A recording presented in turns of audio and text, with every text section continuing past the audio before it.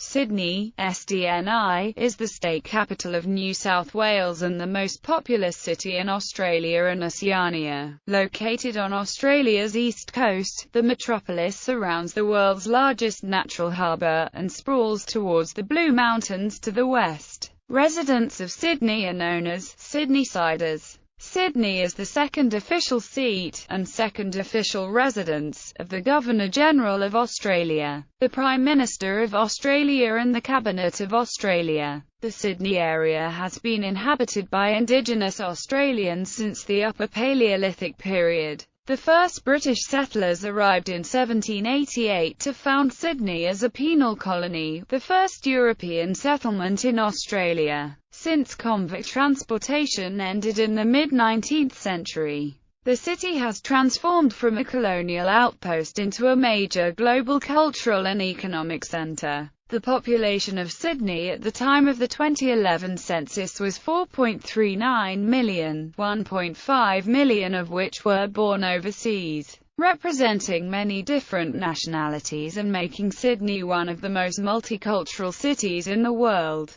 There are more than 250 different languages spoken in Sydney, and about one-third of residents speak a language other than English at home. Sydney has a disproportionately large concentration of many of Australia's migrant communities, making it one of the world's most multicultural cities. Sydney has an advanced market economy with strengths in finance, manufacturing and tourism. Its gross regional product was $337 billion in 2013, the largest in Australia. There is a significant concentration of foreign banks and multinational corporations in Sydney, and the city is promoted as Asia-Pacific's leading financial hub. In addition to hosting events such as the 2000 Summer Olympics, millions of tourists come to Sydney each year to see the city's landmarks. Sydney is also a gateway to Australia for many international visitors. Its natural features include Sydney Harbour, the Royal National Park, Bondi Beach, and the Royal Botanic Gardens. Man-made attractions such as the Sydney Opera House and the Sydney Harbour Bridge are also well known to international visitors. History. First inhabitants. The first people to inhabit the area now known as Sydney were Indigenous Australians, having migrated from northern Australia and, before that, from Southeast Asia. Radiocarbon dating suggests human activity occurred in and around Sydney for at least 30,000 years. However, numerous Aboriginal stone tools found in Western Sydney's gravel sediments were dated from 45,000 to 50,000 years BP, which would indicate that there was human settlement in Sydney earlier than thought. The earliest British settlers called them Eora people. Eora is the term the indigenous population used to explain their origins upon first contact with the British. Its literal meaning is, from this place. Prior to the arrival of the British, there were 4,000 to 8,000 native people in Sydney from as many as 29 different clans. Sydney Cove from Port Jackson to Petersham was inhabited by the Cadigal clan. The principal language groups were Darug, Guringai, and Darawal. The earliest Europeans to visit the area noted that the indigenous people were conducting activities such as camping and fishing, using trees for bark and food, collecting shells, and cooking fish. Development has destroyed much of the city's history, including that of the first inhabitants. There continues to be examples of rock art and engravings located in the protected Ku-ring-gai Chase National Park. The first meeting between the native people and the British occurred on 29 April 1770 when Lieutenant James Cook landed at Botany Bay on the Kurnell Peninsula and encountered the Gwigal clan. He noted in his journal that they were confused and somewhat hostile towards the foreign visitors. Cook was on a mission of exploration and was not commissioned to start a settlement. He spent a short time collecting food and conducting scientific observations before continuing further north along the east coast of Australia and claiming the new land he had discovered for Britain. Establishment of the colony. The United Kingdom had for a long time been sending its convicts across the Atlantic to the American colonies. That trade was ended with the Declaration of Independence by the United States in 1776. Overrun with prisoners, Britain decided in 1786 to found a new penal outpost in the territory discovered by Cook some 16 years earlier. The colony was at first to be titled New Albion, but Philip decided on Sydney, in recognition of Thomas Townshend, Lord Sydney, and his role in authorising the establishment of the settlement. Captain Arthur Phillip was charged with establishing the new colony. He led a fleet of 11 ships and about 850 convicts into Botany Bay on 18 January 1788. Though deemed the location unsuitable due to poor soil and a lack of fresh water, he travelled a short way further north and arrived at Port Jackson on 26 January 1788. This was to be the location for the new colony. The official proclamation and naming of the colony happened on 7 February 1788. Between 1788 and 1792 about 4,300 convicts were landed at Sydney. The colony was not founded on the principles of freedom and prosperity. Maps from this time show no prison buildings. The punishment for convicts was transportation rather than incarceration, but serious offences were penalised by flogging and hanging.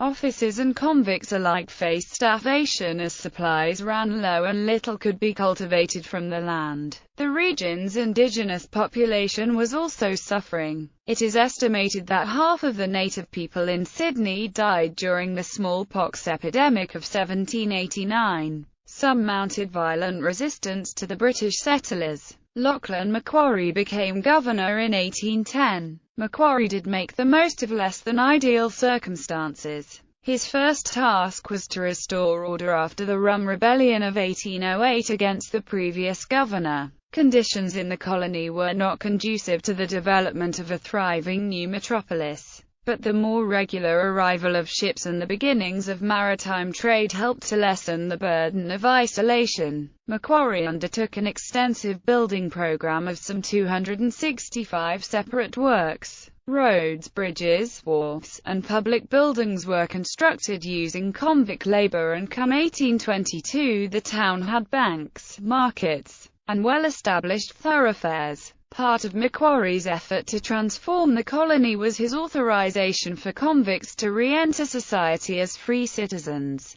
Modern development. The year 1850 was the final year of convict transportation to Sydney, which by this time had a population of 35,000. The Municipal Council of Sydney was incorporated in 1842 and became Australia's first city. Gold was discovered in the colony in 1851, and with it came thousands of people seeking it to make money. Sydney's population reached 200,000 by 1871. Following the depression of the 1890s, the 6 colonies agreed to form a federated nation of the Commonwealth of Australia. Under the reign of Queen Victoria, federation of the 6 colonies occurred on 1 January 1901. Sydney, with a population of 481,000, then became the state capital of New South Wales. The Great Depression of the 1930s had a severe effect on Sydney's economy, as it did with most cities throughout the industrial world. For much of the 1930s, up to 1 in 3 breadwinners was unemployed. Construction of the Harbour Bridge served to alleviate some of the effects of the economic downturn by employing 1,400 men between 1924 and 1932. The population continued to boom despite the depression and reached 1 million in 1925. When Britain declared war in 1939, Australia too entered. During the war, Sydney experienced a surge in industrial development to meet the needs of a wartime economy. Far from mass unemployment, there were now labour shortages and women becoming active in male roles. Sydney's harbour was attacked by the Japanese in May and June 1942 with a direct attack from Japanese submarines with some loss of life. Households throughout the city had built air raid shelters and performed drills. Following the end of the war, the city continued to expand. There were 1.7 million people living in Sydney at 1950 and almost 3 million by 1975. The people of Sydney warmly welcomed Queen Elizabeth II in 1954 when the reigning monarch stepped onto Australian soil for the first time to commence her Australian royal tour. Having arrived on the royal yacht Britannia through Sydney Heads, Her Majesty came ashore at Farm Cove. Sydney's iconic Opera House was opened in 1973 by Her Majesty. The Opera House became a World Heritage Site in 2007. The 2000 Summer Olympics were held in Sydney and became known as the best Olympic Games ever by the President of the International Olympic Committee. A strong rivalry between Sydney and Melbourne began in the 1850s, still exists to this day. Sydney exceeded Melbourne's population in the early 20th century and remains Australia's largest city. Geography. Topography. Captain Arthur Phillip, in one of his first reports back to Britain, described Sydney Cove as being, without exception, the finest harbour in the world. Sydney is a coastal basin with the Tasman Sea to the east, the Blue Mountains to the west, the Hawkesbury River to the north, and the Warrenora Plateau to the south. The inner city measures 25 square kilometres, the Greater Sydney region covers 12,367 square kilometres, and the city's urban area is 1,687 square kilometres in size. Deep river valleys known as Rias were carved during the Triassic period in the Hawkesbury sandstone of the coastal region where Sydney now lies. The rising sea level between 18,000 and 6,000 years ago flooded the Rias to form estuaries and deep harbours. Port Jackson, better known as Sydney Harbour, is one such ria. 70 beaches can be found along its coastline, with Bondi Beach being one of the most famous. Sydney spans two geographic regions. The Cumberland Plain lies to the south and west of the harbour and is relatively flat. The Hornsby Plateau is located to the north and is dissected by steep valleys. The flat areas of the south were the first to be developed as the city grew. It was not until the construction of the harbour bridge that the northern reaches of the coast became more heavily populated.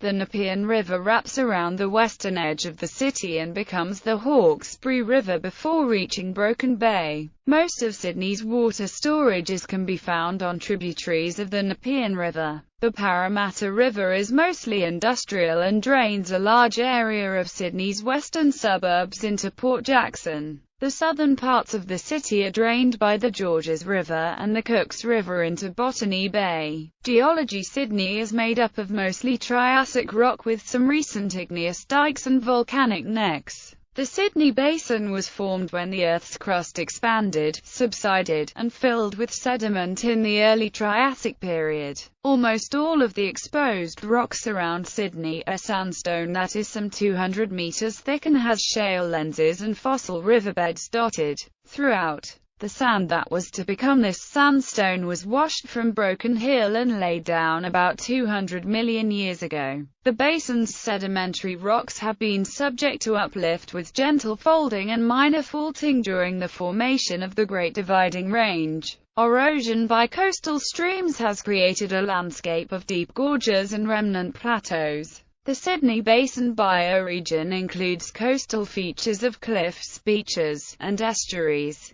Climate. Sydney has a temperate climate with rainfall spread throughout the year. The weather is moderated by proximity to the ocean, and more extreme temperatures are recorded in the inland western suburbs. The warmest months are January and February, with an average air temperature range at Observatory Hill of 18.7–25.9 degrees Celsius for January and 18.8–25.8 degrees Celsius for February. An average of 14.9 days a year have temperatures at or above 30 degrees Celsius. In winter, temperatures rarely drop below 5 degrees Celsius in coastal areas. The coldest month is July, with an average range of 8.1–16.3 degrees Celsius. Rainfall is fairly evenly spread through the year, but is slightly higher during the first half of the year. The average annual rainfall, with moderate to low variability, is 1,213 mm, with rain falling on an average of 143.8 days a year. Snowfall was last reported in the Sydney city area in 1836, while a fall of graupel, or soft hail, mistaken by many for snow, in July 2008.